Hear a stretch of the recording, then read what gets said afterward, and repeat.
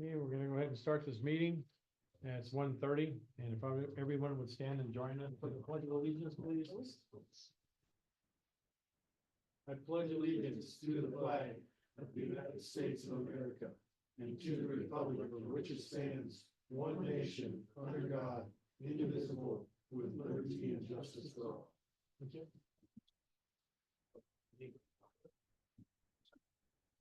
Helen, do we have any minutes? One? I'm sorry, I can't, no, okay. No, because we Yeah, I just want to make sure. haven't been through them yet. Okay, reports, any reports? We have the April portion recorder fees and the budget report for the commission office for April. Okay, show the record that reflects that, please. Good month, Ginger. I don't know what's going on. $9,200. Interest rates haven't changed, but people are reporting.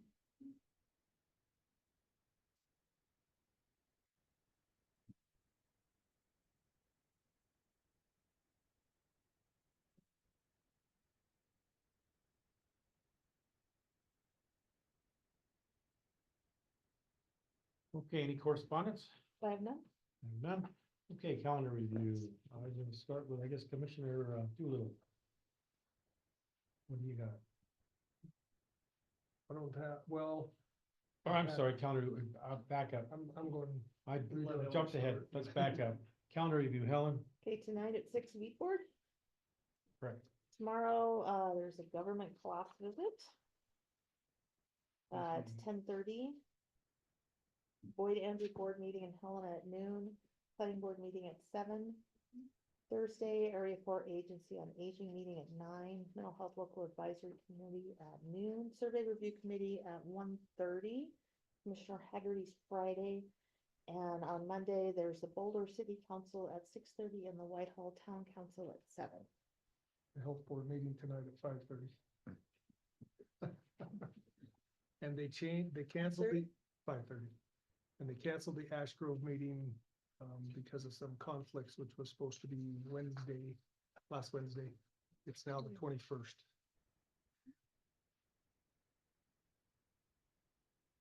You got anything, Commissioner First? Headwaters RC&D board meeting is actually here in Boulder, Thursday, 1 o'clock at City Hall. And let's see, I think that was it. Yeah, that was all I had to add. And I apologize, but Helen, did you say the 15th, so this Thursday is the library board meeting? Okay. It's here in Boulder. 6 o'clock. Yeah, 6:30. All I have. Okay, now. Commissioner reports. Commissioner Doolittle, do you have anything? All I have is survey review. Ash Grove was canceled. We went through a couple things on survey review and it was rescheduled. Okay. Commissioner First. All right, going back a couple of weeks, I guess, April 23rd, Clancy Water Sewer, they're working to expand their search area for good water, 3-mile radius. Engineers looking for a pattern in existing water quality tests, so trying to collect some water quality tests from around the region there and see if they can find a pattern of where the toxins and other bad stuff with water seem to be more prevalent. They could still have the potential of testing an existing well that's about 2 miles north of Clancy on a lot up there. Going to try to expedite test well creation and testing due to ARPA funds expiring at the end of the year, work on more than one site or project at a time. And new newsletter sent out. I didn't actually see that, but if you live in the Clancy area, you should have seen a new newsletter. April 24th, RMDC board meeting, financial report. They're watching their grant funding carefully. They're very heavily grant funded through the federal government, so hopefully they don't get too much of a hit on it. And if they do, they may have to make some cuts. Contracting for their finance services due to not finding staff for that position. We're kind of running into that same issue ourselves here at the county.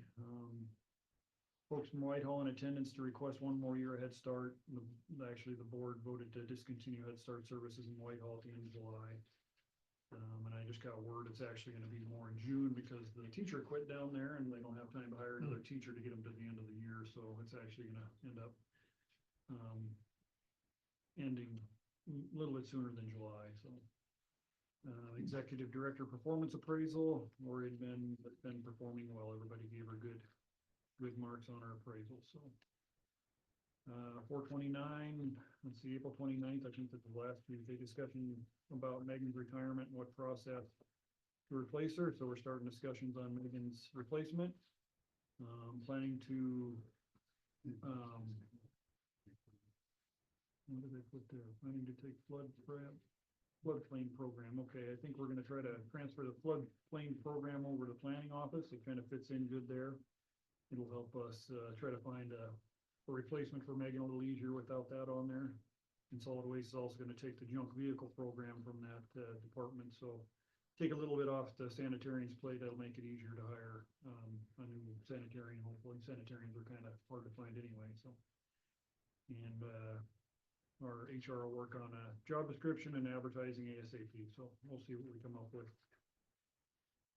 Let's see, right after that, we met with Ladena. We just had a discussion about a issue up at Sheep Mountain subdivision cul-de-sac built in the wrong place. Neighbor needs access to the lot. Working on a fix for that, probably a new survey. And maybe even move the well location. There's no well there now, I don't think. It's just the permitting of the well that would have to be moved, so. The next day, I think this was Wednesday last week. No, it was Wednesday, maybe a week before that. I don't even know what it was. The 30th anyway, whatever that was. April 30th, it is 2 Wednesdays ago. Safety, meeting for the solid waste department, and they learned, lessons on the lockout, tagout procedures. Not too much they have to deal with, but the compressor down in Whitehall might be one that they need to tag out if they're working on it. And some of the trucks and that stuff, they're doing really good on their safety. Probably the biggest safety issue we have at the sites is people tripping on the little curbs that kind of keep people from backing right up to the dumpsters. People are constantly tripping over there. There's really not much we can do. We gotta have something there so they don't back right into the bin, so it's just something they need to be aware of.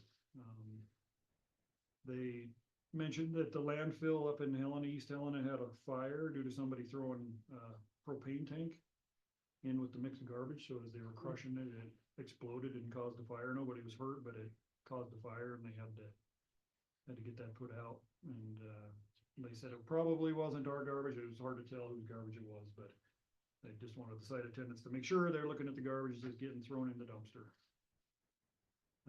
5/1, May 1st, had Boulder Transition Committee meeting.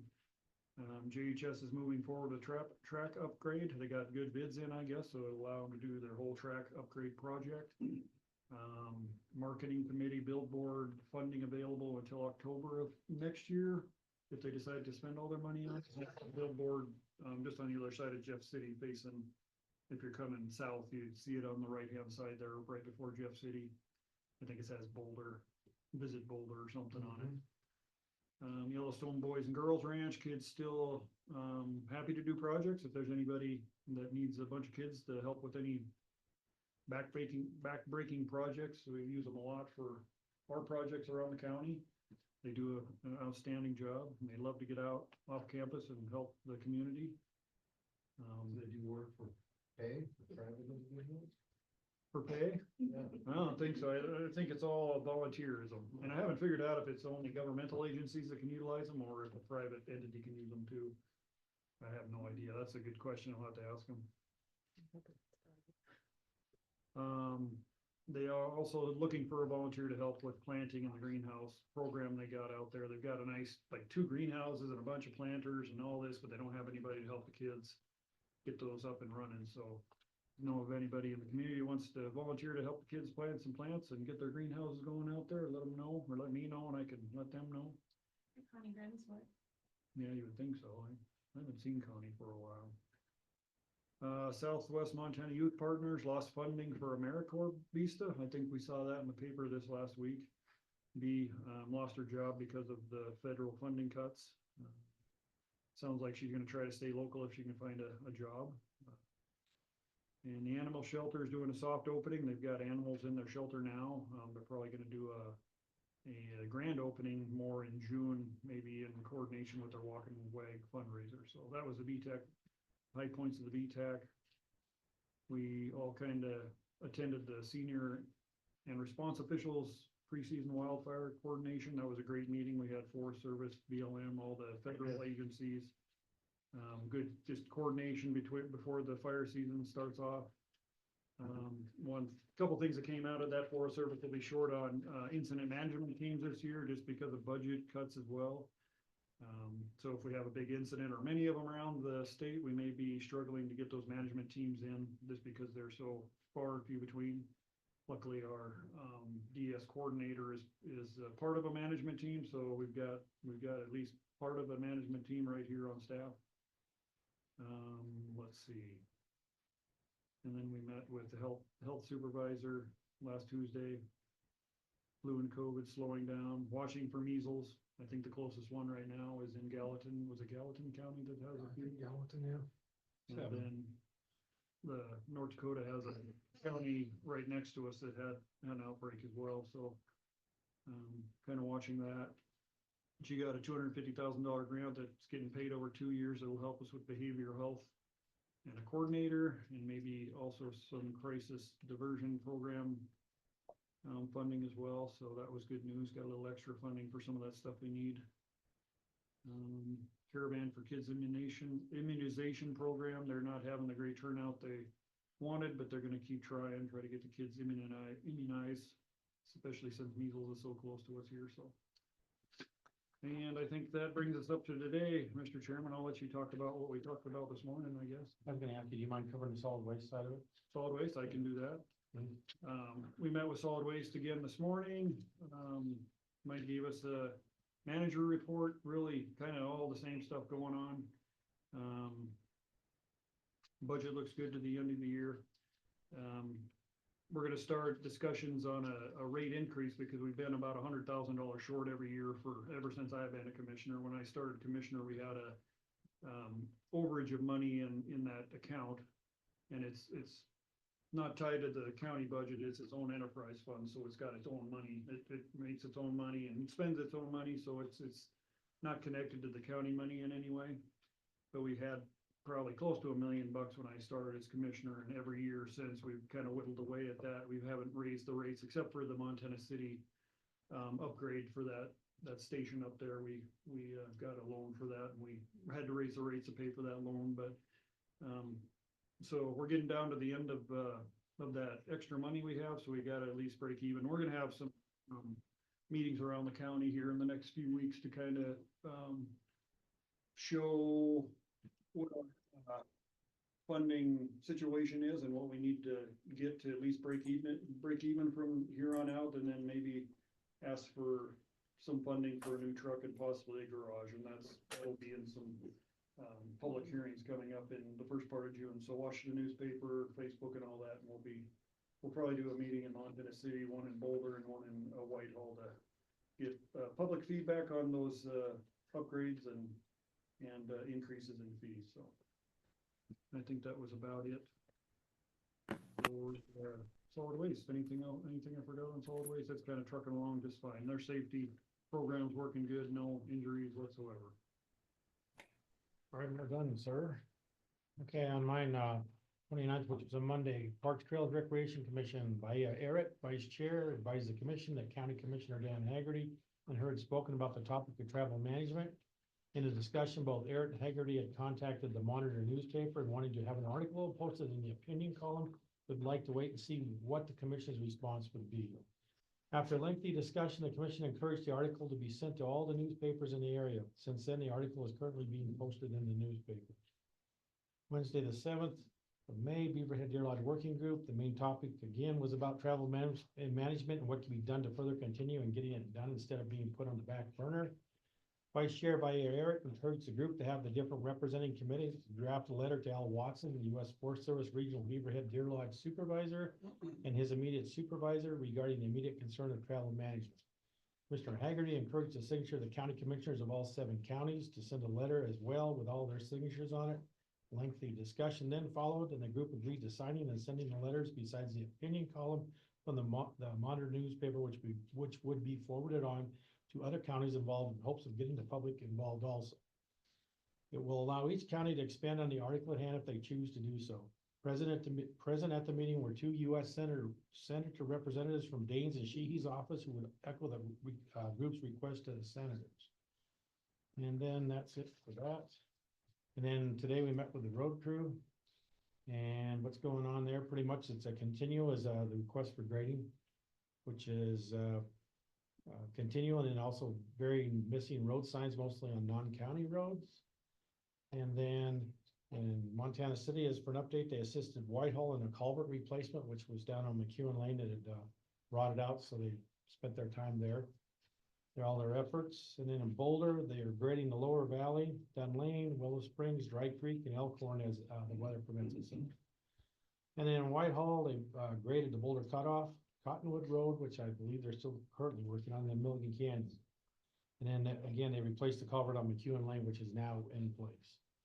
And then as for other items, in the Corbin Road, Oregon inspected road and said it would be a good candidate for other chip oil options, so they're looking at their options at this point. There's been no real commitment as for what oil, they're still waiting for the feedback, and then Bear will be in contact with us on that. So anything I missed? Okay. I'm done with that now. This is a public opportunity for comment. It is not on the agenda, so if doing so, if anyone wishes to speak, would you please identify yourself first prior to speaking? So I open it up to anything that's not on the agenda for public comment. Yeah. Ken by Brad. I just wanted to acknowledge the Montana City Fire Department for their job and the supporting group for the job of putting the fire out at Jackie Troop's house. They kept it very confined, burned a few trees around the house. But I never felt insecure with the way they handled that. So it's something the commissioners need to know. Appreciate it. Yeah, thank you. Anything else from anyone? All right. Mr. Chair, could I ask a question? Oh, by all means, I'm sorry, Keith. Sorry about that. Keith Hammonds from the Monitor. Corey, you mentioned something about the county running into problems with staffing. Is that more than usual? More than the last few years? Probably not so much, Keith. I think Ginger can probably answer this better than I can, but some of the more specialized positions are harder to fill. I think the one she's trying to fill is the financial specialist. Yeah, I was trying to find somebody with government accounting experience. Mm. I think a lot of it's like our demographic is more retired people now. Not Plus, we're competing with Helena, Butte, Gallatin County. You know, we got all the big guys around us, so we're competing with everybody and the state. So we always struggle with the specialized positions for sure. Yeah, Yep. Clark County, is paying double what we would pay an accounting specialist right now. Did you hear that, Keith? So, Ginger, you said City of Helena is paying double? Lewis and Clark County. Oh, Lewis and Clark. Okay. Wow. Double what we can. For That's that tough. position. Okay, thank you. Understood. Anyone else? Here we're gonna move into the non-time specific. I'm gonna skip Martinez because it's gonna take a little bit. So I'm gonna skip down to adopt the rattlesnake butte management plan. You have that? I don't. Okay, basically what it was Commissioner Kirsch wasn't here at that time, but there was something that needed to be changed, so we agreed to table it. It has since then been put on the way it should. If you want to explain a little bit, Commissioner Doolittle, what the change was in terms of what it initially was. The change that we asked for was Rattlesnake Butte is a park that was donated by Ms. Bompart to the county. We attached it to another piece of property that the county owned up there, and it does not connect to go underneath of the interstate, even though that's where the bike trail and stuff is. So the first plan that they had in place included a bunch of other stuff besides Rattlesnake Butte Park. So we asked them to redo that, which they did, and the second version turned out much better. And it really addresses the park and where the parking is gonna be, what the signs are gonna look like, and kind of leaves the rest of it out of it. It only includes that portion of the park that was donated and the piece we attached to it. So I don't have a copy of it. I can get one. Yeah, if anybody needs a I don't copy. think, it's maybe I did. Wait, Dana, do you want to expound on that at all? Are we good? No, I think. You think you saw, yeah, you pretty much covered the case of this. Let me see. I Yeah. have a copy. It was just making it clear for the public that this is all one piece of property. The stuff that we had already had that was parkland, and then the stuff that Pam donated all became one piece of property. It's not separate pieces up there, and there's no connection under the interstate. There's no connection to Stony Brook.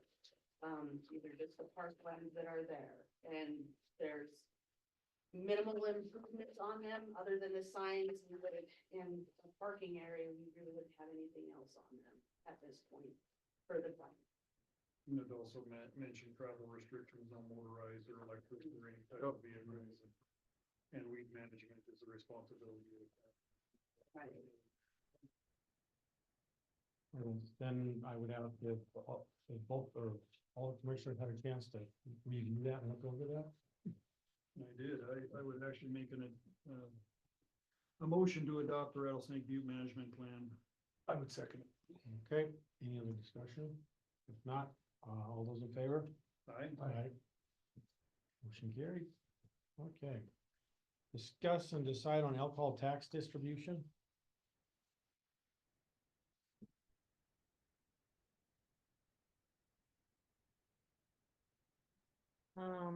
That's the form. It doesn't say what we did last year. I think last year, 10% went to Butte Cares and the rest went to Boyd Andrew. Correct. So those are the, So um, is she wanting the same or is she doing a different request would be my question. I haven't heard anything other than Anything you would- would like to keep getting on the list. So these funds are funds we get from the state through the alcohol. I'm trying to think of it. How do they come up with their money? The Is- tax on alcohol. Is it the actual tax on alcohol, not the reinstatement fees? It's alcohol tax, right? DUI task force is funded with the reinstatement fees, I think, so. So yeah, all the alcohol sold within the county, we get a portion of the taxes that are collected from that, then we redistribute it to service providers in our county. And last year, we did 10% of all the proceeds to Butte Cares, and that's an organization that Barb Ryder's connected to that does a lot of prevention type stuff. And the rest of it, the 90% left, goes to Boyd Andrew Community Services, which provides in-house services over at the Elkhorn Treatment Center. And we've done the Boyd Andrew for ever since I've been here. We actually just peeled off a little bit for Butte Care starting last year, so yeah, I guess I would entertain a motion. I'll make a motion that we stick with what we did last year, give Butte Cares 10%, give Boyd Andrew the rest, and that'll be my motion, Mr. Chairman. Okay, sir. Second. Okay, and any other discussion? If not, all those in favor? Aye. Motion carried. We got like 5 minutes. Good time. Yeah, I don't really want to open up the Martinez. I mean, I know it's gonna be a little, not lengthy, but it's gonna take more than 5 minutes because we have to get on a specific at 2 o'clock on the hearing. So. Sorry, I signed your spot. That's okay. Oh, fine.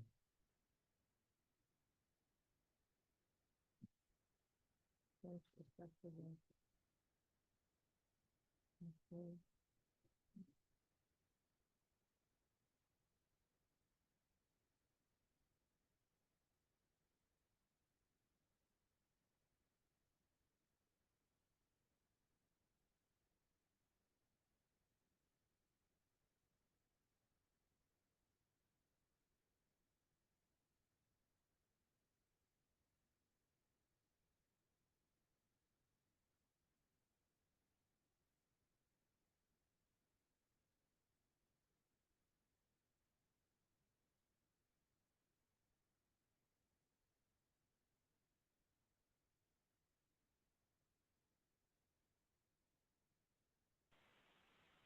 Mary Hollow joined the meeting.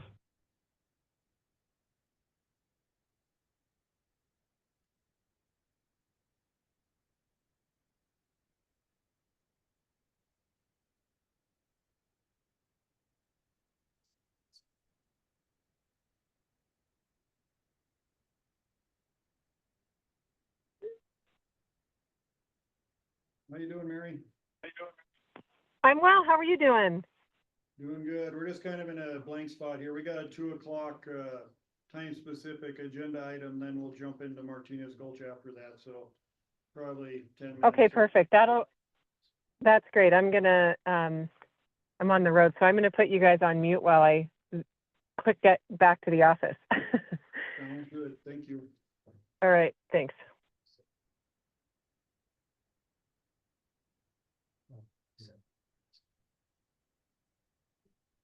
Hence, this will be, if we agree, this will be.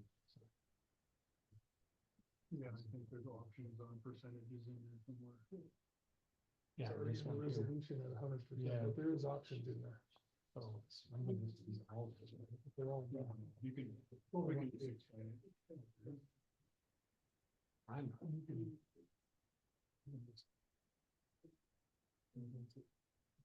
Come on, that's it. Okay, then I guess I don't need to go, okay, okay, it's a start of service, I'm just gonna skip that word. That's the equipment. Yeah, I just noticed that, so I'll just be. So they want, this is what, this is the resolution. That's the resolution. This is the application.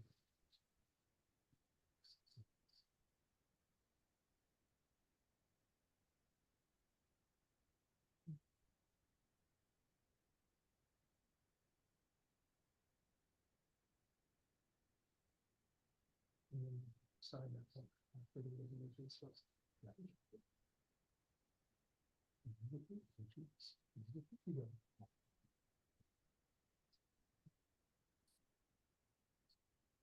Form 15 to the resolution. Yeah, that's what we discussed. And we gotta get that over to the department. You know, you probably see my email, and I think you got it. Yeah.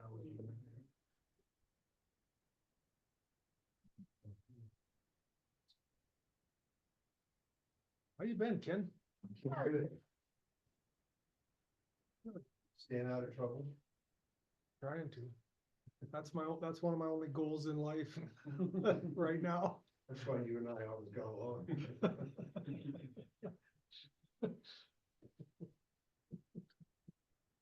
I'm at the age where that's just what I'm doing, staying out of trouble. I'm starting to carry a walking stick to prevent it. Nope.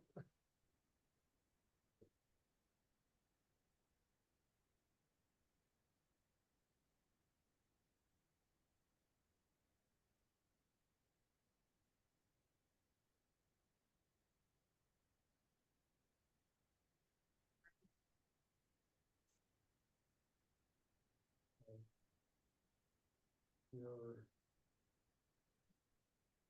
property casualty trust is going up 5% instead of its usual 10 or 15%. Last year was 17. 17% increase, yeah. So 5% And is it's a not good going rate. down, but it will, so. Yeah, I don't think it's ever gonna go down, but And our workman's comp actually did go down. I can't remember how much it was. and it's gonna change again, so it'll go down. Yeah. And it has gone down, I think, every year for the past. Yeah, it's been. When we started in 2021, it was 151,000, now it's 113,000, so we've made leaps and bounds on that. Everybody being safe, I believe that. All right, Mr. Chairman, I think. Oh, yep, okay, I'll call this meeting back to order. Next thing we have is I can't talk today. Specific is a resolution 08-2025, which is a resolution approving tax exemption for Ash Grove. Oh, Yeah, the first thing on the 2 o'clock of the public hearing. Gotta have Oh. a public hearing. Open that. Oh, okay. All right, I need backup. I'm still learning on this part with my recent commissioner. Public hearing is for the Ash Grove tax abatement. This is open to the public. Right now, as we open it to the public in discussion as for this resolution prior to our determination. So with that being said, I'll read what it is. It's a resolution approving tax exemption for manufacturing machinery, fixtures, and equipment for Ash Grove Cement Company. Whereas the following placement of manufacturing machinery, fixtures, and equipment into service by application dated February 27, 2025. Ash Grove Cement Company, Delaware Corporation doing business in Montana. Ash Grove has applied for tax exemption under the provisions of Montana Code Annotated 15-6-138. A copy of the application is attached as Exhibit 1. And whereas pursuant to Montana Code Annotated 15-6-138, the manufacturing machinery, fixtures, and equipment which were placed into service after October 1st, 2023, which qualify for tax exemption, and the dates the machinery, equipment, and fixtures were placed into service are, and then they have the following. I don't think I need to read them all, do I? Okay. $1.4 million worth, I think. Yep, pretty close to that. And whereas notice of the public hearing on the Ash Grove application was provided and published in accordance with the provisions of Montana Code Annotated 7-1-2121. And whereas the published notice provided notice of the public hearing on the approval of Ash Grove's application. And whereas a public hearing was held on May 13th, 2025, in which the Jefferson County Commissioners accepted written protests, if any, and public comment on the Ash Grove application. And whereas following the close of public comment at the public hearing, the Jefferson County Commissioners conducted a vote on the Ash Grove application.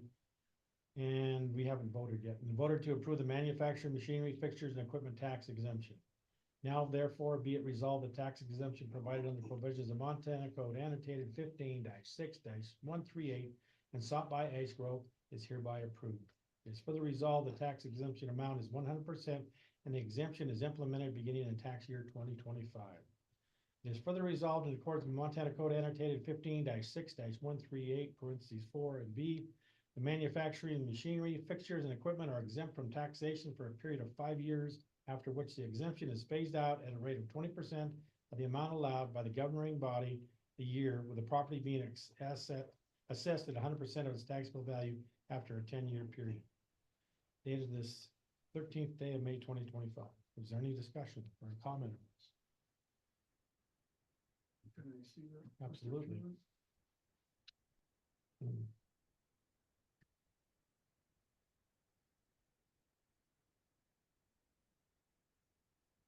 I don't know if that's correct, Steve. Is it, they're exempt from taxation for a period of 5 years? I thought it was only the first year was 100%, the second year was 80% the next year. First 5 years are exempt and then it's phased out after that. Is it? Okay.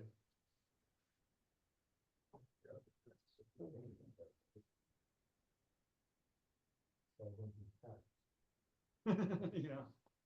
This application says in the first 5 years after the manufacturing fixtures and equipment assets are placed in service, the assets will be designated as either 80, 90, or 100, whatever we choose, exempt. The initial year that the assets are placed in service must be designated in the approving resolution. So I think that's right, the first 5 years. Yeah. Then the exemption must be phased out at a rate of 20% of the amount allowed by the local governing body, with the property assessed at 100% of its taxable value after a 10-year period. 10 So, years. okay, that makes sense. Yep.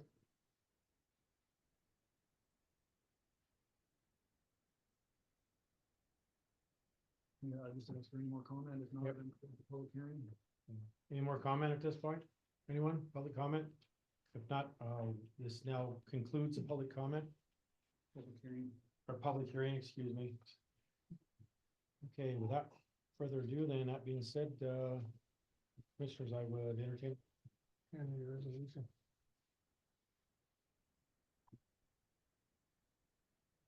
I would make a motion that we, resolution number 08-2025, approving tax exemption for manufacturing machinery, fixtures, equipment for Ash Grove Cement. Just gonna tell I'm the one that did it. Thank you. So you know about that. Kind of, sort of. Okay, do we have a second? Have a second. Okay, any other discussion? If not, all those in favor? Aye. Aye. Motion carried.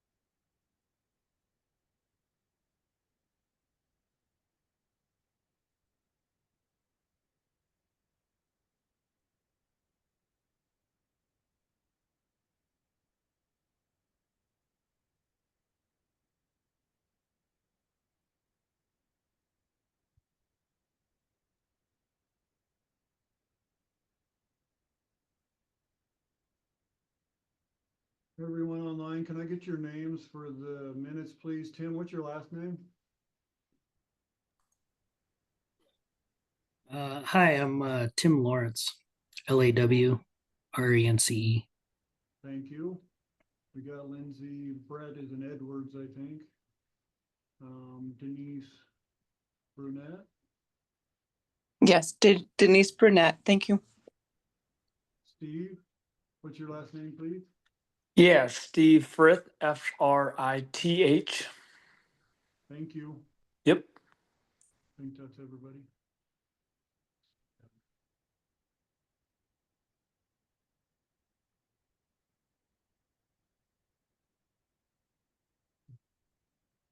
Okay, without further ado, let's go ahead and get into this Martinez Gulch Road discussion.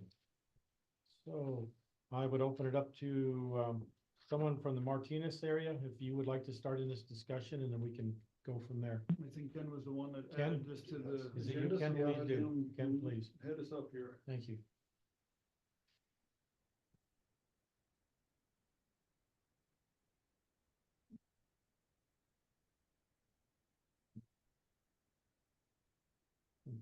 Oh, I'm sorry.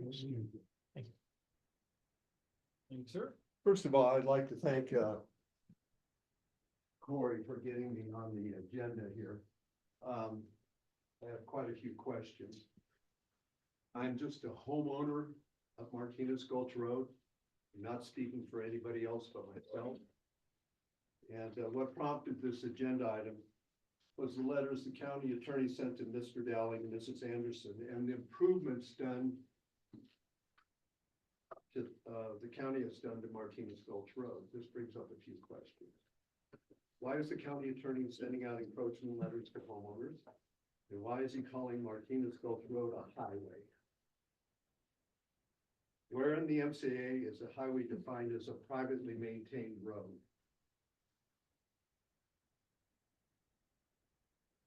Why is the road being widened? Corey told me it's for parking for who? A survey was a survey done to make sure of the road width? By the way, there was a previous survey on the Andersons northwest corner of their property, and half of their corner goes into the road. Since we have very little money in the R&D account, who's paying for this? But most of all, and this is what I started laughing, why all of a sudden interest in a privately maintained road? Since 2009, several of the homeowners have many hours of letter writing, commissioner meetings, trying to get the county's attention to this road. To include the following: top of the world, everybody knows the history of that. Homeowners' confrontation with trespassers, campfires blocking driveways, illegal drinking by minors, and threats to homeowners. Commercial use of the hill by rollerbladers, busloads of bicycles out of Helena. Remember the thing? Beer, a burger, and $5. Got you right to the top of the hill. The destruction of the shoulder of the pavement by PPLT trail users. I have a picture of a PPLT truck 6 feet into the easement. The lack of concern by the trail users parking in grassy areas, which is a fire hazard. Trail users parking in the right of way for several hours blocking traffic. As the county and one commissioner knows, we have taken pictures of trail users more than 2.5 feet into the easement. The reason this is significant, and I talk about this later in here, is this road has a variance on it. It's 20 feet wide. When you go take a 6-foot wide truck into a 20-foot easement, that leaves 12 feet for people going to and fro. According to the county sheriff, when you're 2.5 feet into this encroachment, you can be towed. Why is the county attorney not concerned with these encroachments? And then I talk about the variances again. Now it seems the county, and I'm assuming this, is okay with PPLT parking on the shoulders of the road and encroaching on our right of way. This causes people to have to wait and then drive around these parked cars. Unlike the South Hills Road RMD, which has $431,000 in it, Martinez Gulch Road account is only $53,000. This is probably enough money for us to take care of the road. But when you add commercial use, the fire department, water storage, school bus turnaround, the extra traffic on the top of to the top of the world, and destruction of the road by PPLT users, we cannot afford this. If the commissioners are interested, I'm more than happy to meet with them out there. Things to consider. The county seems to be moving forward with a plan of their own. I would think that out of courtesy to the homeowners, we need to be informed by letters to the entire neighborhood and not by the county attorney to 2 individual owners. We had a public hearing at the firehouse regarding this matter. My question, did something come out of that we were not informed about? We need to know your game plan through a new public hearing. I have a solution for this. Is the county making changes, if the county is making changes to our RMD, then they are to take ownership of that portion of the road. My suggestion is at county PPLT and commercial users' expense, they are to chip seal the road from the fire department water storage access to Arrowroot. Next, they are, then the portion of the road that is being widened by the county is to be, and widened to county standards and with proper drainage. The county is then to maintain the road to include snow plowing. The county will install 2 signs on either side of the road stating that there's no parking on the roadway past this by order of the Jefferson County Sheriff, the point being the fire department access. The county attorney is to withdraw the 2 letters he sent to the homeowners, which can only be reinstated after public hearing. Mr. Dowling met with Bear on 5/8 at 10 a.m. and several issues were discussed. I have Mr. Dowling's letter in here, but I noticed Lindsay's on the phone and she can go through it if she'd like after I'm done. I have several questions in this letter and I do not expect them to be answered now, since you have other agenda items, which they seem to have put ahead of me. But I'm willing to answer any questions you might have. So in the Jefferson County Attorney's letter to the homeowners, I'm concerned that he referenced Martinez Gulch Road as a highway right-of-way.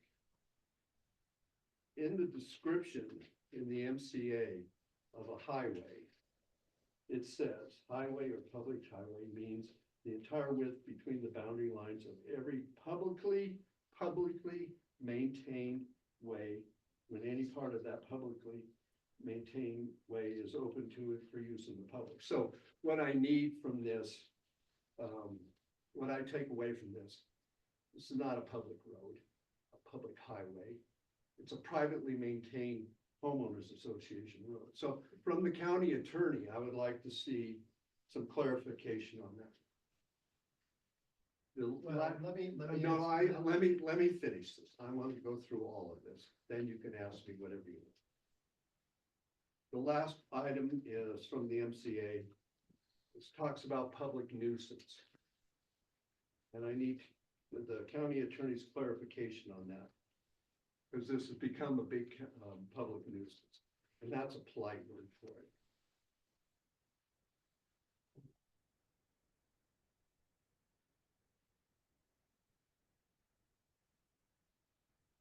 So I have some pictures here. And I'll go through them quickly.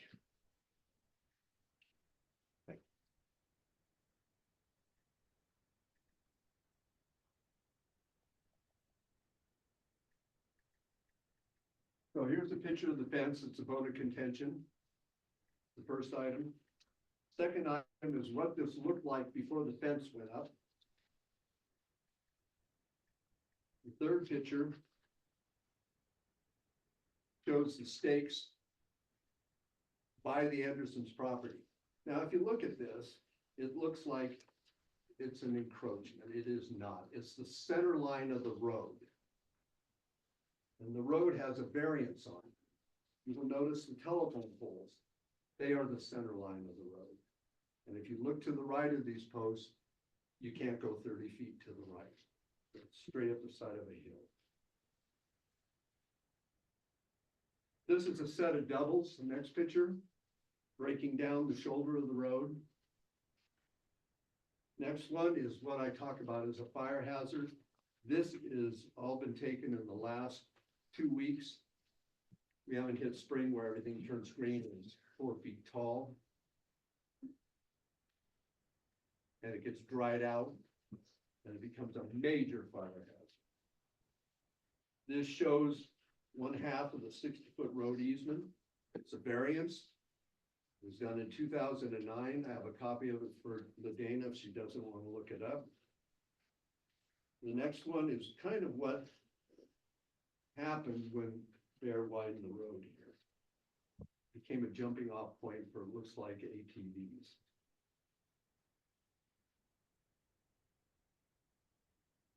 The last picture, this is my favorite one. This PPLT's door shows, and then the next picture is actually their truck parked, which looks like 6 feet into the easement.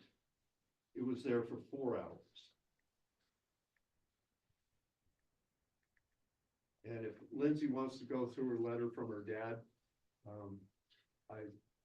Hold on, Ken, that's Mr. Chairman's job to Excuse me. direct traffic, so thank you. let Mr. Chairman lead the. I'd like to way give, the county commissioner an opportunity to respond back to what you were asking first, though, Ken.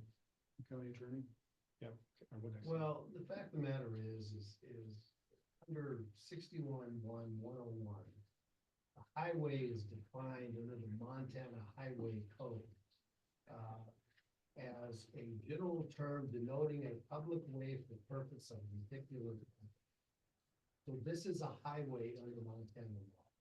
It's not a county road. It doesn't matter if it's got a variance on it. It's a public road for purposes of vehicular traffic. Therefore, it's a highway. That's my opinion. That's what the law says. That's what I've stated with. So the fact that it's not publicly maintained, which is the definition, you're okay with that? well, I don't know what definition you're looking at, Kim. but- Number 28 on MCA 61-1-101. Well, I'm looking at 17, and that's a general definition that Well- says this is a highway. Look at 28. I don't have that code with me. I will give you mine. No, actually, the commissioners have one of those also. Okay. Who wants to go next? Who? Martinez Gulch, anyone from up there? I'm happy to convey Mike Dowling's letter if you'd like. Yeah, would you, Lindsay, please? Absolutely, no problem. I'm just gonna jump to the middle because he just explains we received the letter as well. It's unfortunate that no one chose to reach out to us and talk directly about the concern. To receive a somewhat threatening letter from the county attorney as the first communication from the county is disappointing. As the letter suggested, we met with Road Supervisor Bear Taylor to review the concerns that the county has regarding the location of the fence we placed along the side of our property. From this meeting, we're aware that the county has no plans to create parking in the right of way, but has concerns regarding the maintenance of Martinez and the intersection of Martinez and South Hills Road. Bear would like to create a drainage ditch along our side of the road to improve the quality and longevity of Martinez Gulch at this location. We are thrilled to hear that this was the cause for concern and appreciate the county working with the landowners to improve the road. As discussed, with Mr. Taylor, we installed the fence to revegetate the property. And I believe you guys have photos of what it was looking like prior to that, that was previously being driven on. We have seen great improvement to the land here as a result of vehicle traffic no longer entering the property as an illegal access from Martinez Gulch Road. We have agreed with Mr. Taylor to move our fence when the county plans to install the ditch along this portion of the road to prevent water running out onto the road as noted in the road standards. We only ask for continued communication and timing to coordinate these efforts. Again, we appreciate you bringing this matter to our attention and look forward to working with you when the time comes to install the ditch at this location. Do you want me to get into the second part of the letter on if we misunderstood this communication? Or start with that? You don't have to, I mean, because Okay. that's what this meeting is for, so. Perfect. That sounds great. Thank you. And I, just clarifying, I'm Mike Dowling's daughter, a member of Duck LLC, and also the owner of the corner lot that's in question. Thank you. Okay, thank you. Anyone else? Who's the next? Please identify yourself.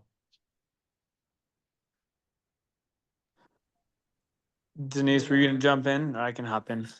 Yeah, if you would, Steve, we don't know your last name though. Yeah, Steve Frith. I was gonna speak just as a newer member to the Martinez Gulch Road community, moved in January. Don't have a lot of history, so I thought it'd be a different perspective, simply to kind of show my observations. Drainage is an issue. That's where a lot of the road damage. I mean, my wife's getting a new shock strut assembly on Monday because of the potholes, probably partly to do with that. But yeah, I can simply observe that, you know, as Ken's mentioned, a lot of traffic, biking, and people parking on the side. Pretty narrow road, so a lot of kind of near misses as you're kind of navigating. But I don't think anyone opposes a lot of that. It's hey, you guys have to pay for the road maintenance, but everyone else is going to use it because we used to live in Helena. You drive up, Lime Kiln, really rough. So all of that traffic really comes around, and I think it's partly unfair to say, hey, neighborhood, you got to pay for a private road, but we want to use it like it's public road, and you got to pay for it. So those are my observations. I think the neighborhood's amazing. The community's great. As it rallied with the fire this last few weeks. So anyways, great neighborhood, great people. I think the cost can't be solely put on the residents. If, Lewis Clark County's got to get involved, the city of Helena, but a lot of that traffic's coming up right here, which no one's opposed to, but just to push that off on the residents and kind of keep status quo is not going to probably work in my short observation since January. So thank you. Thank you, Steve. Any other comment? Hi, this is Denise Burnett. Thank you for your time today. Thanks for slotting an agenda item for us. Ken mentioned that we had met previously at the Montana City Fire Department, and the county did a great job of bringing a lot of resources to the table. I believe that was September 4th. The 5 action items that I had from that meeting, I'm not sure that I haven't heard back. So just to repeat them for the record, is I think there was a request from the public to know better about the parking allowance related to the right-of-way easement and to know the citations that support that so we could better educate ourselves. There was quite a bit of dialogue about the concerns, the safety. There was examples and there was pictures, and I won't repeat those, but I think at one point in time, my recall is that there was the idea of several people had reached out to Prickly Pear Land Trust. The county had communication with them, but we weren't necessarily really connected in a fluid, progressive way. And so I think that there was an ask if the county would be willing to help facilitate some of that communication and help us get in a position to progress and maybe resolve issues. That would be great. I will own that I was the person that asked the most about our opportunity to gate Martinez Gulch Road. And I know I made Corey cringe a couple times when I throw out some wild ideas, but I think that we just need to vet all the ideas until they're not our ideas or they're not valid, please. And I think there was, towards the end of the meeting, we had questions about, well, what percent of the road can a vehicle cover? I think it's back to that easement. I do think that Bear had offered a citation. The county attorney wasn't able to attend. I think he was sick that day. So the idea was to follow up with that citation. And then, there was an idea, I don't remember whose it was, about, is there an opportunity for a permitting process or something to change the easement? And to better understand that, if that helps us progress our ability to be more safe, I would appreciate that. And then for today, the citations that were noted, I just couldn't hear them well. I apologize if somebody would put them in the chat or in an email. That would be lovely. I appreciate that. A personal view, we all know there was a fire on Easter. It was a pretty horrendous day.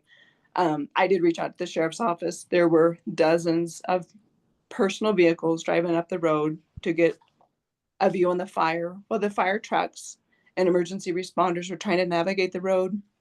And after I drove my family members to the hospital, as they entered the house to try to assure the homeowner's safety, they needed medical care.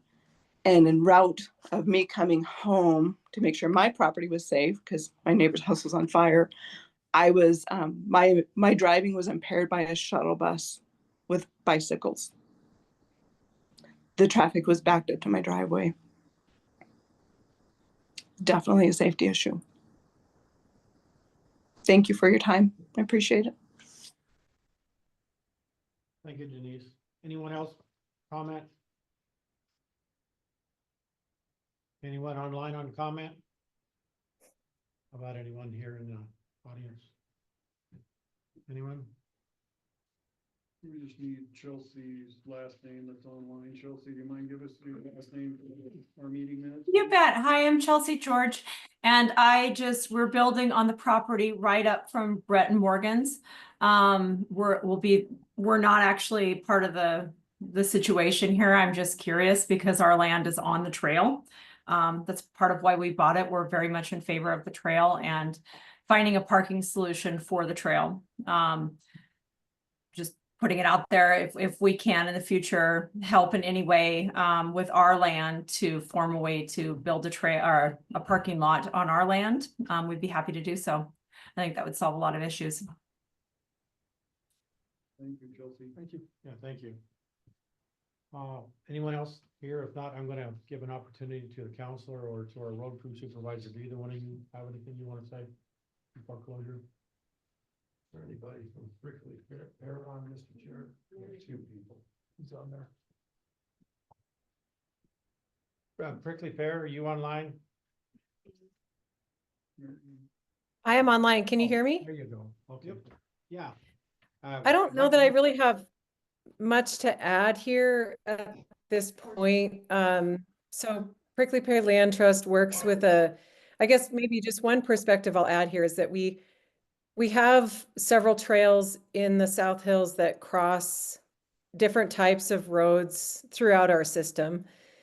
And there, I think, are a number of ways that we can find resolution to whatever the issue is. There are some things that have come up here today that I wasn't aware of. Plans for a ditch. I hadn't heard that before. Prickly Pear's role in this is that we hold a titled easement that intersects with the road, and our interest for safe parking and safe access to that trail remains. And that's the case with any of the trail easements that we hold on Davis Gulch, on Grizzly Gulch, on the west side. We have a few in East Helena. So I think that this one really isn't that any different. It's just the change in use and the change in when the fencing and some of the encroachments happened, it changed how people could park up there. And so we just need to figure out what that resolution looks like. And we did we've visited with Lindsay and we visited with Mike about this at the time of the acquisition too. So Prickly Pear is, we don't have any real ability to do much else because what we have is only that trail easement. But as an advocate for the trail using community and the recreation community just generally, it is important to make sure that we have safe places for people to park and often in more rural parts of our region, that safe place is on the shoulder of the road. I would like to respond to that if that's allowable. Okay, are you done? Um, Hold on. Mary, are you done for right now? Lindsay has a Yeah, question. sure. Unless there's something specific you'd like me to speak to, I Yeah, I think do have that's, a question for you. Yeah. My question is, you said ditch. What are you referring to when you say ditch, or did I hear you wrong? I don't know. I don't remember who, somebody said something about a ditch being built. Okay, maybe Lindsay, that was you, a ditch on the side of the road. And that was something I hadn't heard yet before. Okay. Lindsay, go ahead. Thank you. So I guess part of speaking with, we did meet with Mary Hollow and Nate very early on to establish the easement, which we were absolutely in pro of. We wanted the trail to continue. We did make it very, very clear in writing that we were not going to be providing parking. So I just wanted to kind of put that out there that we were not comfortable because my property and specifically was being used as a construction drop-off site on the property. And the parking had gotten way out of hand. So I guess I just wanted to clarify that I think you were very clear and very aware that we were very concerned about parking on that road and that we were under the impression that this would be kind of a neighborhood trail. Anybody that is able to get up there, it's wonderful. We want to continue that. We never wanted to take that away. But parking was always something we said, we don't want that on the side of this road. It's not wide enough. So I just wanted to make that clear. And we do have that in writing with you. Yeah, and I don't, that isn't disputed. I do remember that. I think the issue, Lindsay, is where the fence is and where that fence goes into the road and in an encroachment way. So if the fence were on like the line, then there would be room for cars to safely park right along there. And But that's really where people did park. I mean, because the fence wasn't there before, that is where the school bus turned around and went to Montana City. That is, it was used for a lot of other things. So not, fence where it's allowed and fence where it's legal, that's totally fine. I think the issue is when the fence goes into that roadway, it cut out the ability for people to park. And I think that's just one easy place where we could find safe parking here for people in a, I don't know, 5, 6, I don't know how many cars that would maybe hold, but it certainly would help. I think part of that as well is also the proximity to the intersection. I believe that there are some regulations as far as how close you can park along the side of a road. These are all legal things. I don't know if we want to get into discussions with that, but I would like to address your ditch question if that's okay. So we had met with Bear last week to just clarify kind of why we were just blindly sent this letter without talking. I think we've been pretty transparent that we want to come up with a solution for this. We don't want to be threatened by any parties involved. We want the best solution for everybody in the neighborhood. So I want to get that clear. Like we want to work with everyone on this. The biggest advocate, I guess we are for possibly doing a ditch along the side, which I know would cause problems with the parking, is that one solution to helping maintain that road, which does act as that gateway to all the trails up there, is by creating an irrigation ditch because it runs off all of the drainage does from right there. So that was what sparked that fence needs to be moved so that a ditch can be properly installed there and it would be moved back, but that wouldn't solve the parking thing right there. So it's kind of a catch-22, but that is what sparked that conversation. So thanks for listening and hearing all of us out on this. Thank you. All parties. Ken, go ahead. I have a question for Mary. So there's going to be parking spaces for maybe 5 or 6 cars on this easement on the lower part of it. How do the trail users safely get from their parked cars to this narrow road that accesses the trailhead? I'm sorry, I can't hear you very well, and I'm not sure who that was speaking. Can you? This is Ken. That was Ken Brett. Mary, do you know Ken? Oh, okay. He's asking how the folks that park down on that lower section of Martinez safely walk up Martinez Gulch to get to the trailhead. That's his question. And then there was a second part to that. Who assumes the liability? And who assumes the liability? Well, Ken, I'm thinking about like Eddie McClure West, for example, or Davis Gulch. And we have several places where trails just cross county roads or where they cross public right of ways. And there isn't, it's not, I mean, we would love to like help if there's something that we can do, but that really is outside of what we can provide in this situation. Like ideally, we would have a little parking area or even like a trailhead, but all we had to work with on this was the easement that the Dowlings gave us when that transaction happened. So the location of it was entirely, I mean, they told us where it was going to be. We didn't really have a lot of input on that. And we're grateful for the access. The parking piece of it, though, isn't really something that we have a lot of ability to, we don't own land. We don't control the right of way. We're not the county. So I guess I would just say, like in other places, Ken, and especially rural areas, which I know you're familiar with, whether it's for hunting access or for trail access or for people to fish on the creek, people park on the shoulders of the right of ways. And I don't really know or see a better situation here unless somebody is open to donating a portion of land so that there can be an actual parking area or something like that. Did that address your question, Ken? No, but that's fine.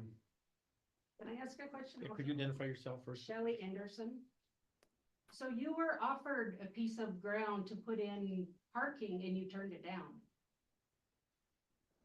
I'm not sure what you're talking about, Shelley. I don't believe Prickly Pear was offered land for parking. To my knowledge, Prickly Pear was not offered land for parking. So can I ask another question? Be gone. She's there, she just moved over one. I don't know why they Oh. swapped spots. Are you talking to me? I'm still here, Lindsay. I'm here. That's Lindsay. I'm just wondering why you have this trail, but all the problem of the parking goes on us homeowners and you don't have to do anything. Good question. Can you explain that? Shelley, there's a lot of places in the system where the trails No, I in don't- the no, south. We're just talking about our road. That's all. We don't care about other trails around. This road, why is it our problem? Well, I think if the encroachment get dealt with, it will go a long way to satisfy some of the problems that are being created. The thing that changed up here was the development and some of the use. And I do believe if we can remove some of those encroachments, there will be some places where people can park more safely.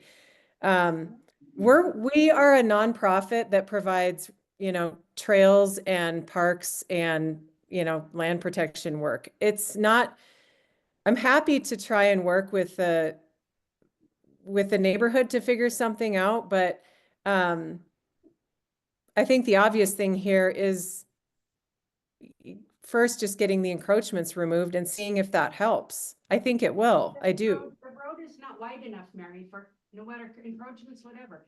That road is not wide enough to have cars parked on there. Period. At any point. At any point on that road. And you've told me, we're getting so many donations.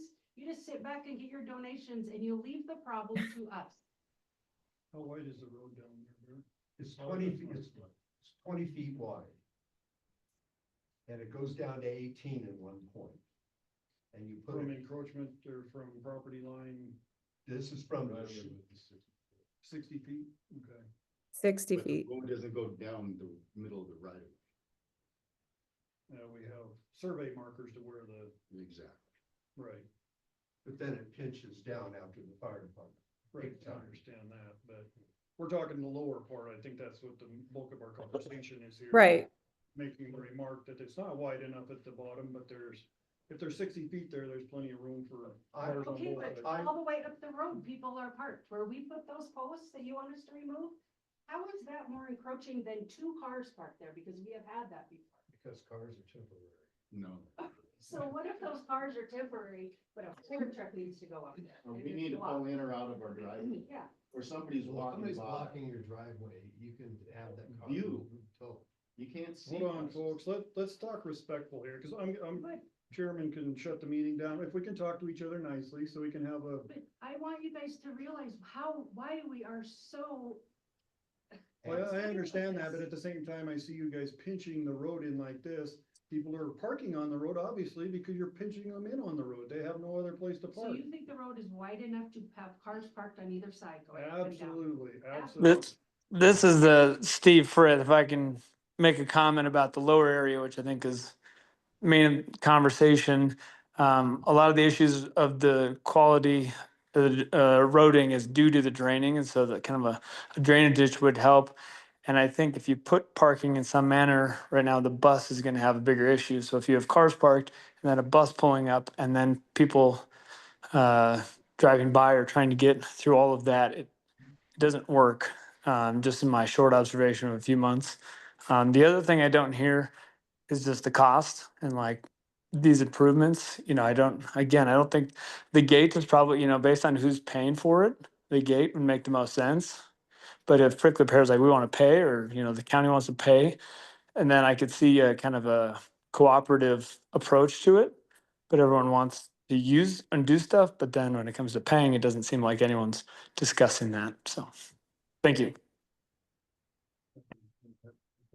Did you have, okay? Yeah, Thank you. I think from the fire department down, we're talking about one part of the road. Anything going up Martinez Gulch Road, once you hit the fire department, pinches down to a 20-foot road. And in one place, the telephone pole's out there, it's only 18 feet. That's 3 truck widths. If you put one on either side, you can only go one car at a time through there. That's the point. And that's why I said, if the county wants to take over this portion of the road, have at it, because that's where the road falls apart the fastest. And the drainage that Lindsay is talking about is to keep that property from ruining the road. I have sent pictures to the county commissioners of rivers going down that road, tearing it all up. Corey has seen them, I know. Are you talking about the bottom end of the road, Ken? That is correct. Okay. It's actually 2 roads if you think about it. Because one is, the variance, like I said, goes down to 20 feet. And then it maintains that all the way to Arrowroot. Because it's not physically possible to make this any wider than 20 feet. And I think in our theory is here, if we get those easements widened up on the lower part, because they're 60 feet down there, probably at least enough for cars to park on both sides on that lower part on Lindsay's, and then part on what's that? Carl's on that bottom part. There should be enough room there for at least 8 cars, 4 on each side. We're gonna put a ditch through there to help the drainage, but if they're in a truck, they could easily circumvent that ditch and park there, which most of these vehicles look like that. So the county obviously has to follow the law. First, we gotta remove their encroachments. That's lawful.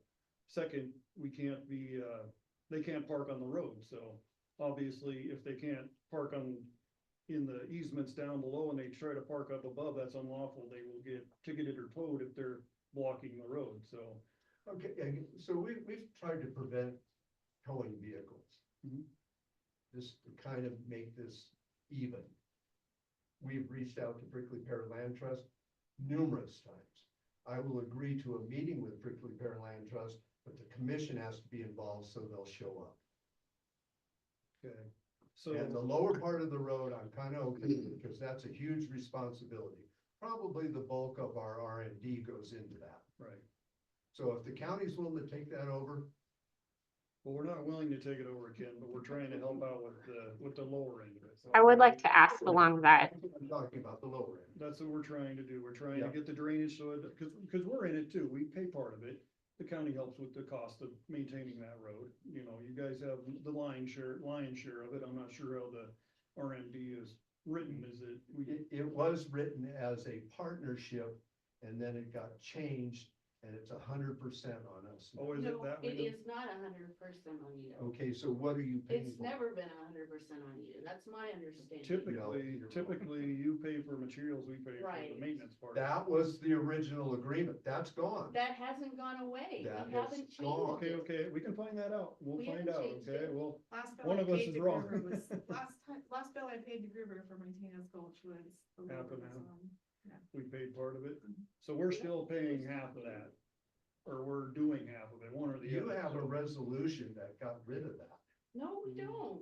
We haven't no. redone your resolution. We'll find out, but we have several RMDs that are like that. We do the maintenance, you pay for materials. I mean, that's common, so. And that's our understanding of this road, so if that's changed, we'd be glad to hear about that, but. Can I ask a question regarding the encroachments? Hold on, Lindsay, did you have something else while we're on that? Ken, anything else? No. Okay, all right, sorry. I'll just Mr. hold on. Lindsay, go ahead. Thank you. I guess I would just like to ask, is every other property that has any sort of fence within Jefferson County being required to move their fences to the outside of the encroachments in the 60 feet? Commission's not required to remove every encroachment. I mean, that would be impossible. We deal with things as they come along. If it's a safety hazard or this situation here, we have a reason to move it, we would. If there's. So no you're fence- allowed to single people out on this? I'm just purely curious. Well, we try to catch them all, but obviously we don't have the resources to try to do something like that, so. So I guess I did misunderstand then with our conversation with Bear. I suppose that your intention is to allow parking on both sides We as long can't as it's stop it. within the 60 feet. Legally, we can't stop it. Lindsay, that's an easement. They can park there. That's. Is that the definition of I guess that was kind of another point, and I will quote Mike on this since we kind of moved into the second part of this letter. Just give me one sec here. So is the county going to move forward creating parking? We assume that they have to comply with county standards, so i.e. approach with ditch requirements along the road, culverts underneath the approach, so basically widening it to the county standards of the road, or is it just basically you have 60 feet for free for all to do whatever you want with now? The easement is the easement. The county can do what they feel fit in the easement. But does the county have that jurisdiction, or is it because it's I'm confused on who or where this goes, since it is privately maintained, but it's within a county, and I'm purely just trying to understand. I'm not trying to accuse anything here. That's fine. It's a public road, public easement, public right of way. Anybody can drive up there. Anybody can park alongside the road as long as they're not impeding the road surface or the driving surface. Anybody. That's what public stands for in the eyes of the law. Okay, and then one other part in Mike's letter that he had brought up was our research indicates that right-of-ways are intended for thoroughfare maintenance and utilities. I can't find anywhere in the MCA law or documentation indicating that public parking in a right-of-way on private land is actually permitted, and that the intention of an easement is for thoroughfare and maintenance, not parking. And that is per. If you can find in MCA where it restricts parking on an easement, then we'd love to see that. Okay, perfect. Thank you very much. Lindsay, look at Title 61, Part 8. Okay, I will check that out. Thank you. 61 Part A. 8. 8, thank you. Sorry, just for some background, the folks up there in PPLT were going at this for years and years. The county decided to help out. We're trying to do what we think works the best under the law, which is get people out of the easement so people can park. I honestly don't know if this is gonna fix it, but it's a good first step to try to get people to park where they're not encroaching on the road. If we can get the easement set back where they're supposed to be, get a few parking spots, and I think things have changed up there since our meeting at the fire hall. I think is there a new trailhead, Mary, on the other side of the trail? Is there something going on the Lewis and Clark side that might help alleviate some of the traffic up in this area? It's my understanding that the city maybe is doing a bit of a build out on that side of, is that what you're talking about? Yeah, on the other side of the loop. There's a loop that this Yeah. trail makes. Yeah, On the Lewis and Clark side, they're putting in a parking lot, or they're improving it there somehow. that's my understanding. Yeah. Yeah, and I That's think coming that, out. that will help and yeah, I think it is worth, and I think removing the encroachments will provide space for more parking, and that's just, there's no doubt about it. I do think that will help. And, beyond that, PPLT is open to working with anyone who is willing to work with us on a parking area. That doesn't mean that Prickly Pear is going to pay $300,000 for a parking area, but Prickly Pear is open to trying to figure out some solution, and we can work with the county and the neighbors up there to pitch in on, trailhead work and that kind of thing too. But How much is PPLT willing to pay for? we don't have any money to pay for land in that area. Or We, improvements? no, we don't raise money like that. I mean, we improve the trail and and if there is a trailhead. But like for the road, I mean, I'm happy to sit down and like brainstorm and think through things. But we don't have money for purchasing land for that, no. And I think there can be a conversation had that if we can get these easements backed out on the bottom part and there's room, hopefully there's enough room for everybody to park down there. If we still have people funneling up into the narrow part, we can ask Mary, let all your people know that they can't park up there. Obviously, we've got a good communication with the people that kind of help direct these trail users. So, I mean, I think that's got some value to it, so. And we have done that. We have communicated with trail users about where and when to park up there or not.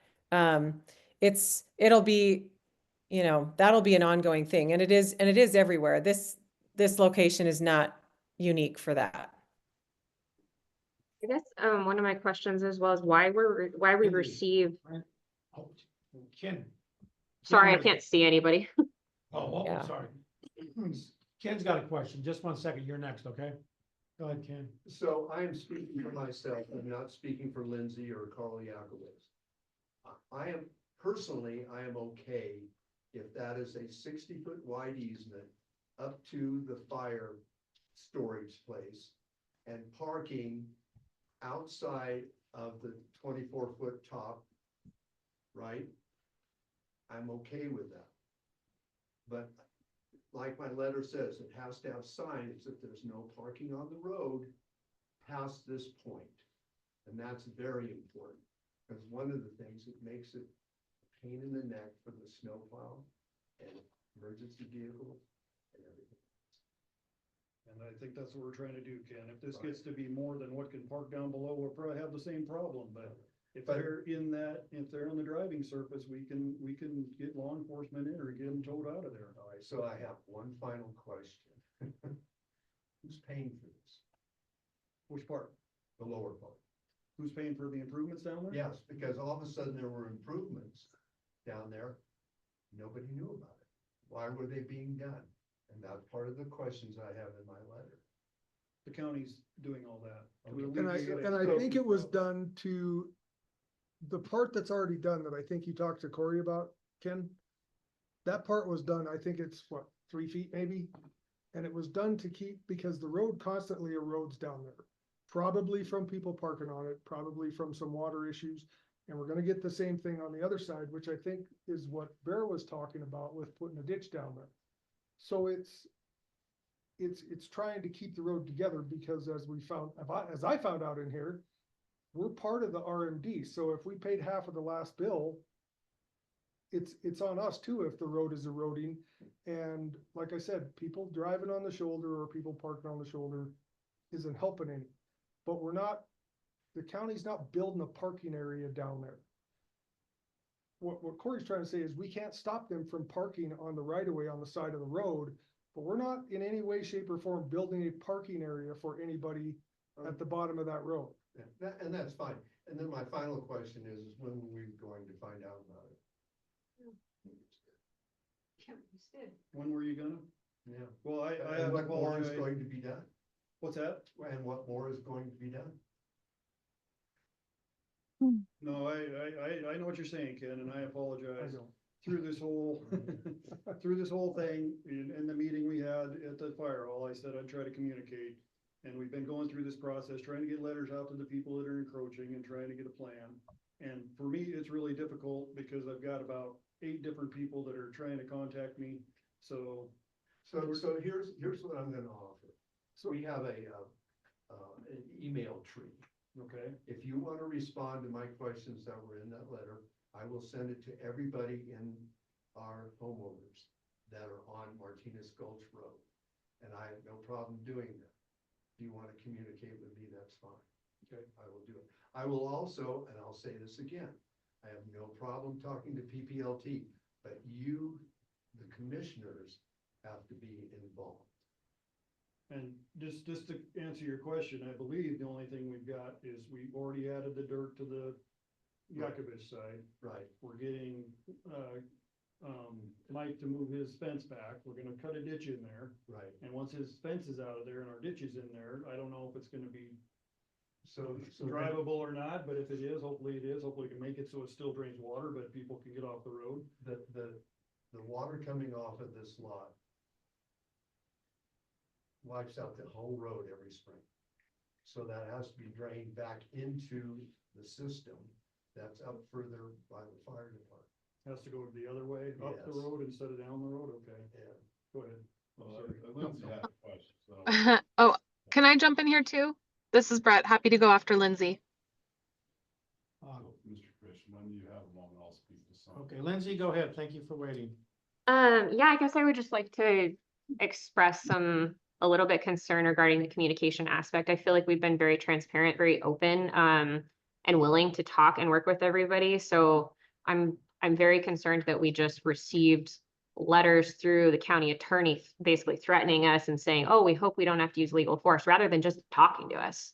So I'm curious, is this always a protocol to just legally be like, you have to move this? Because then that automatically makes me think, okay, well, then everybody in Jefferson County must have received this same letter asking them to move fences if we're going to go about this illegal route, rather than just communicating with us. I think we've been very open to work with you, and that really threw us off guard. So, and was really concerning and upsetting. I'll take the hit for that, Lindsay.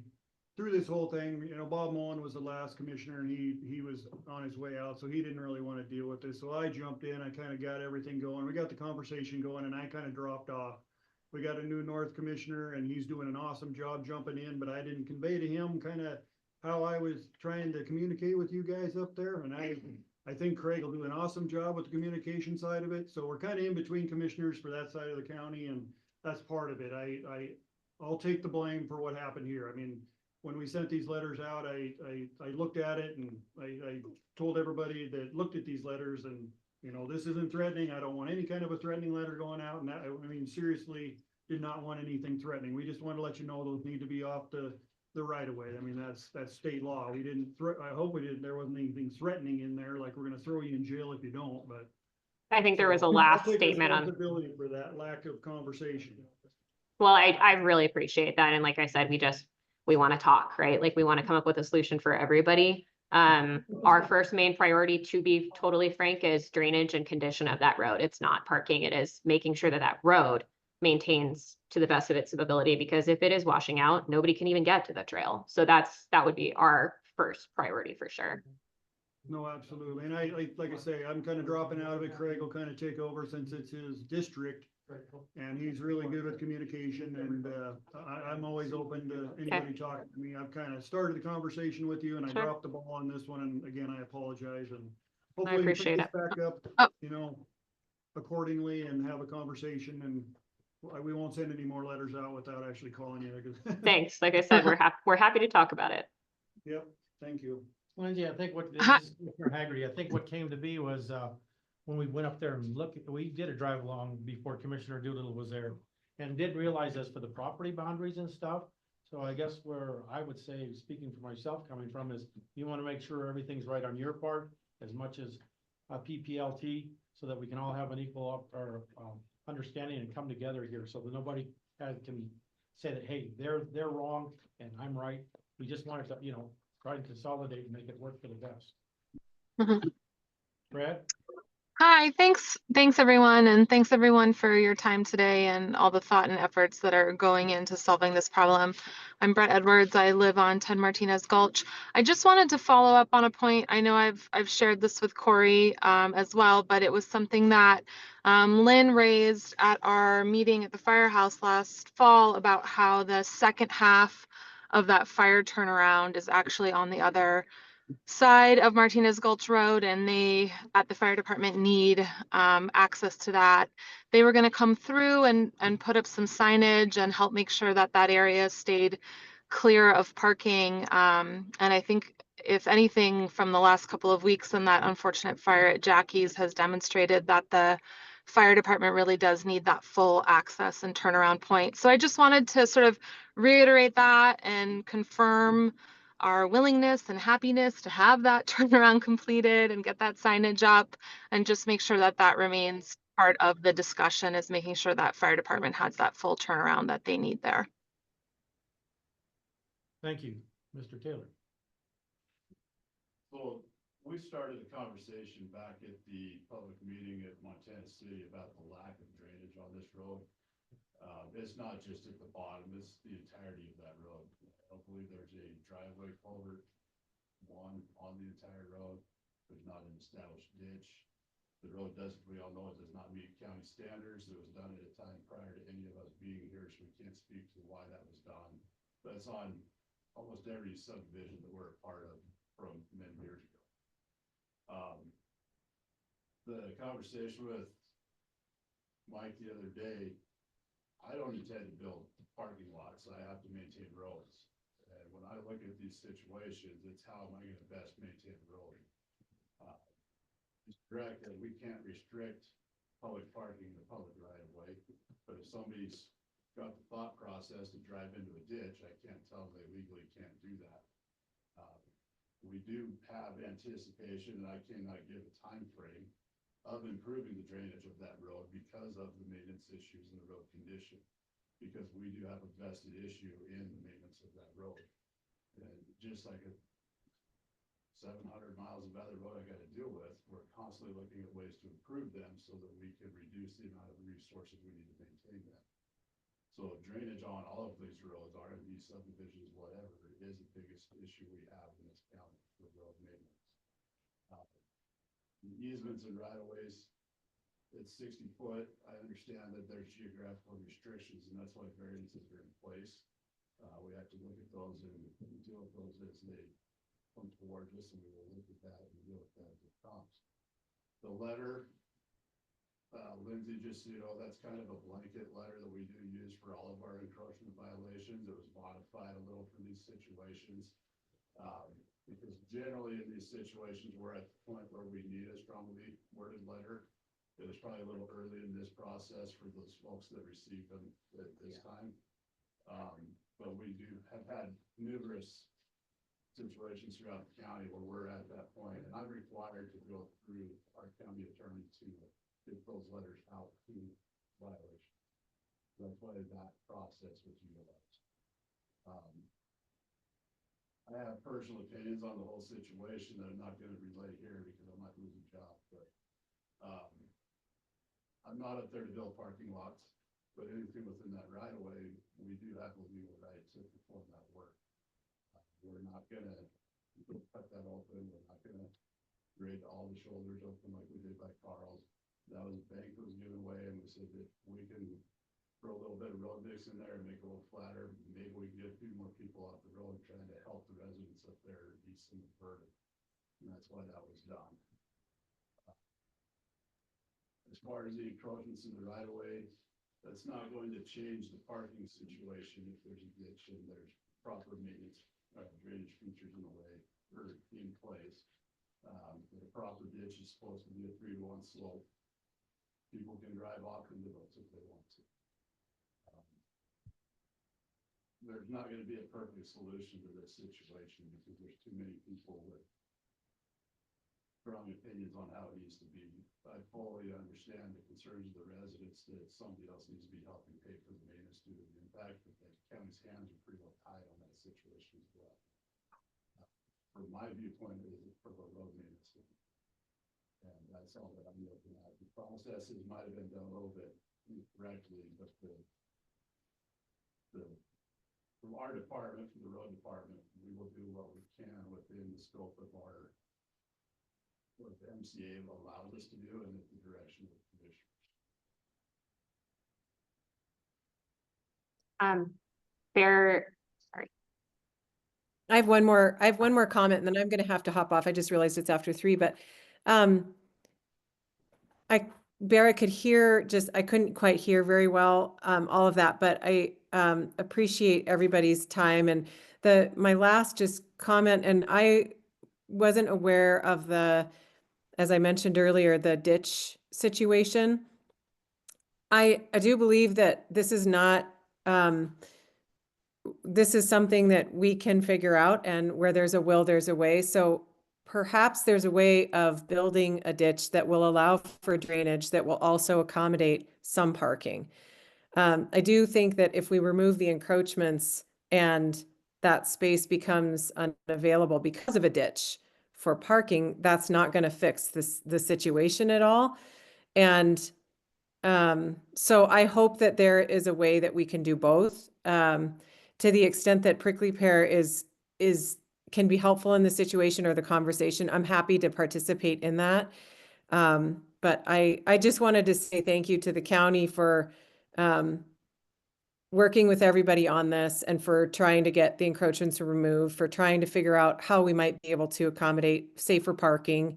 And yeah, I appreciate the county's work on this and everybody's comments today. And anybody is welcome to contact and talk to Prickly Pear. Our role is a little bit limited as to what we actually can and can't do here, but I'm happy to visit with anybody. So Thank you, Mary. Lindsay? thanks. Yeah, I think just along that same note, Bear, with creating that ditch, I would just like to coordinate with you on kind of when it gets taken down and moved and where it goes so that you can construct it as easily as possible. Because I know it's not like with where it could potentially go, it may not allow you to build super easily. And I'd like to help you with coordinating that process. So if you want to, I mean, I can reach out to you on the side, but just so that we can be fully transparent again on like how that's created, how it makes it as easy for you to create the ditch to the standards and everything so that it can retain all of that water. I'm sure that Great West potentially may need to be involved in that too for calculations and all of that. So like I said, I'm here to work with you on how to make that as easy as possible. Right. Would you prefer I communicate these with you or with Mike or? Both of us are fine. We're both members of it and I work with him. So I see him every day. Sounds good. Okay, let's get in, any other discussion, any other comment? I just have one. Go ahead. So the plan is to have parking just from the fire department down to South Hills Road. So what if cars are parked up further? What can we do about that? The two signs are going to say no Oh, they are parking gonna have, you're gonna have. on signage. this point. This is what I want by order of the Jefferson County Sheriff. In which case, I will out call some him signs. and get it towed. Assuming that we can do. Can we tag along to signage to make sure that it's not within the line of sight too for the corners? Oh, Just no, it'll wanna- be up further. I can't hear the response. Sorry. They'll be up farther is what he said, Lindsay. But there is gonna be signs. I want to for just sure? make something clear on signage. They're going to follow MUTCD code, which is the federal standards for signage.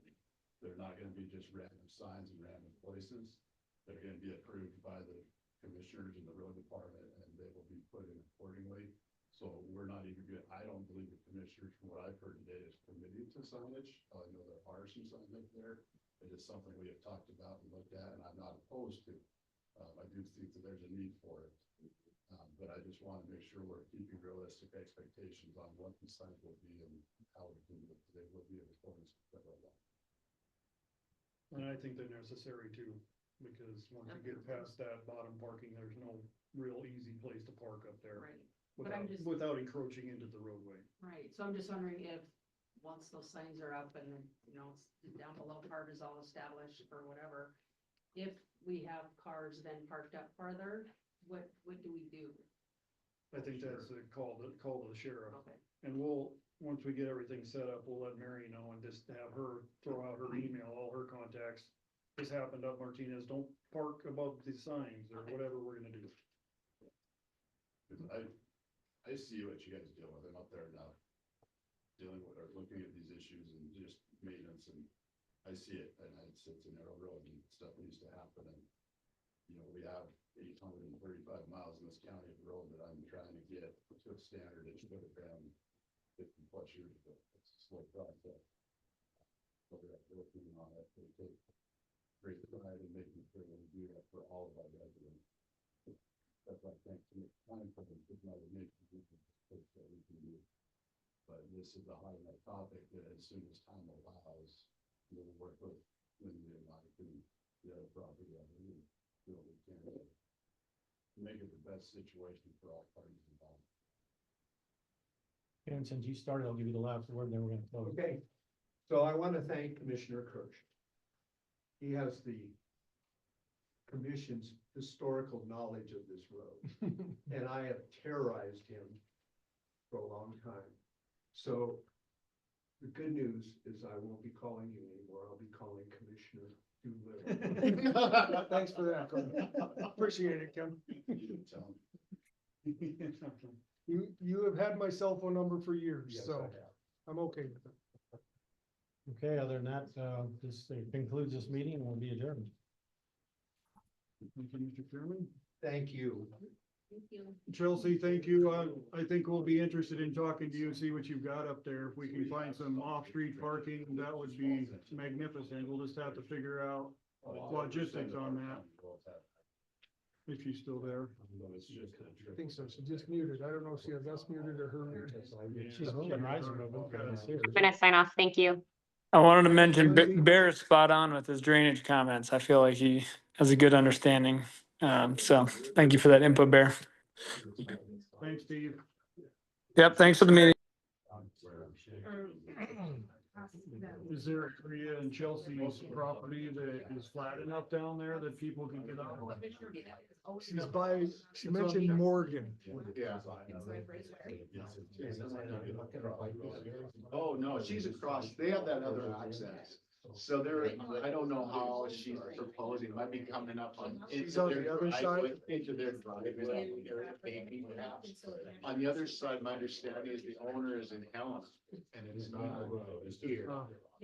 So there used to be a place where a lot of people were pulling off into the grass. Above the trailhead, on that trailhead side. And I've yet to meet that home. But he expressed that he didn't want people parking on it, but I don't know what sort of conversations that they had with him about, donating land or whatever, access, however that. Right. Yes. Turnaround. Yeah. They have this. I don't know where the drivers are. So I mean, they the other, That's the other one. the other one is here, and so they've been parked above that trailhead right here, and that's where that one. Yeah. So you can see right here. Okay. So that's, you can kind of see that, and so they've been pulling into here above the trail as the next possible, that side of the road. I wonder if that's Chelsea's there. And so this is.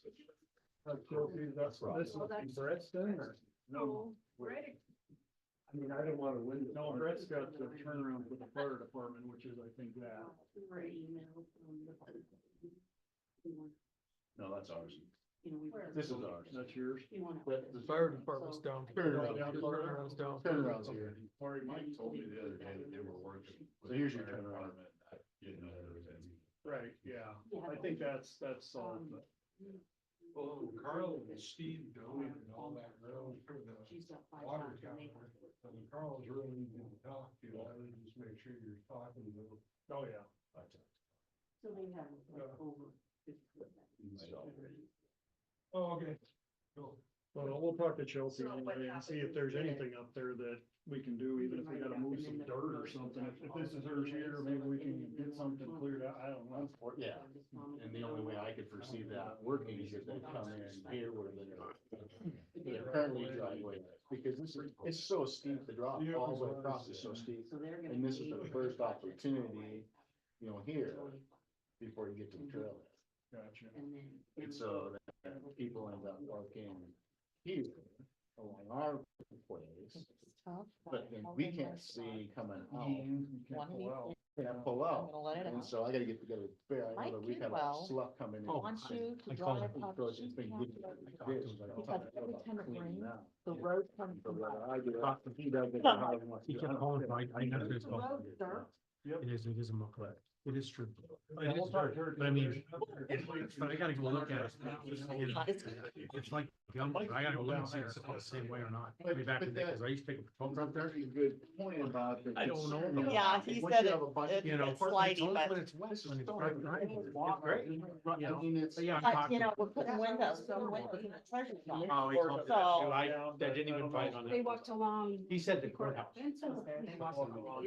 Inside, they And I walk, said, yeah, I got so one right of along. those, right so I along said, with what I the suggest you do the driveway. next door. So they parked He's here. saying they- road department's they not were doing off it, the he's road, not they just listening. came to go back behind. Get in there on So the, they when were you have, never when we meet on the the road. crew supervisor. Yeah, and then Correct once their they opinion, moved and the wait, all of them know trailhead about from it. here, It's not isolated. because that's what it's Okay, ninety. yeah, all right.